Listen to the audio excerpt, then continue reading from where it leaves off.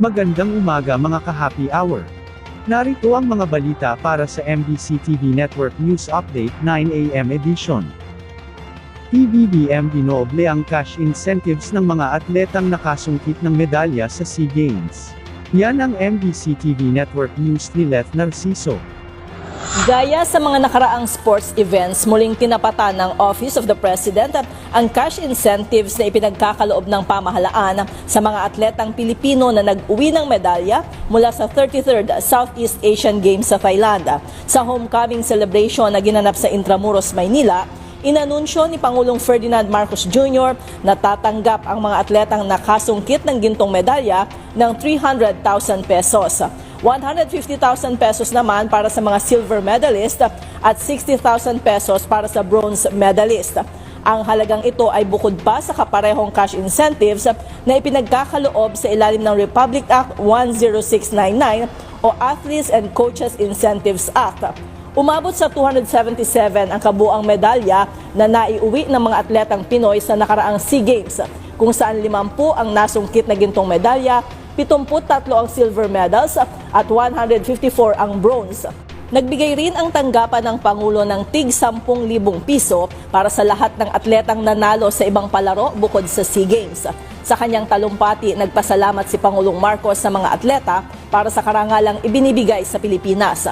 Tiniyak nito ang patuloy na suporta sa mga atleta at paghubog sa mga susunod pang henerasyon ng mga atletang Pilipino.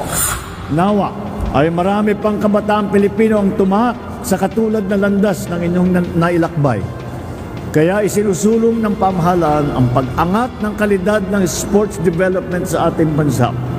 Pinapalawak natin ang grassroots and youth sport program. Dinadagdagan natin ang mga kinakailangang pasilidad at mas pinapalakas pa natin ang suporta sa mga atletang lumalahok sa pandaigdigang entablado. Para sa MBC TV Network News, ito si Leth Narciso ng DZRH. Una sa Pilipinas, una sa Pilipino.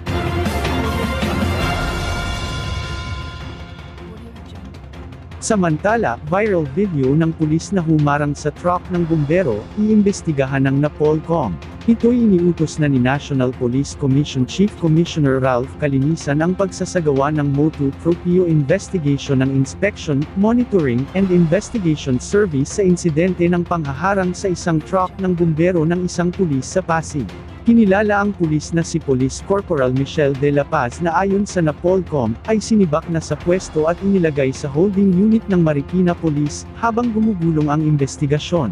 Dagdag pa nito, inaasahang magsasampa ng formal na reklamo sa NAPOLCOM ang volunteer firefighter ngayong Lunes. Kaugnay nito, binigyang diin ni Calinisan na hindi nila kukonsintihin ang pang-aabuso ng sinumang pulis at dapat igalang ang ordinaryong mamamayan, lalo na ang mga kapwa nagseserbisyo sa publiko gaya ng mga volunteer firefighter.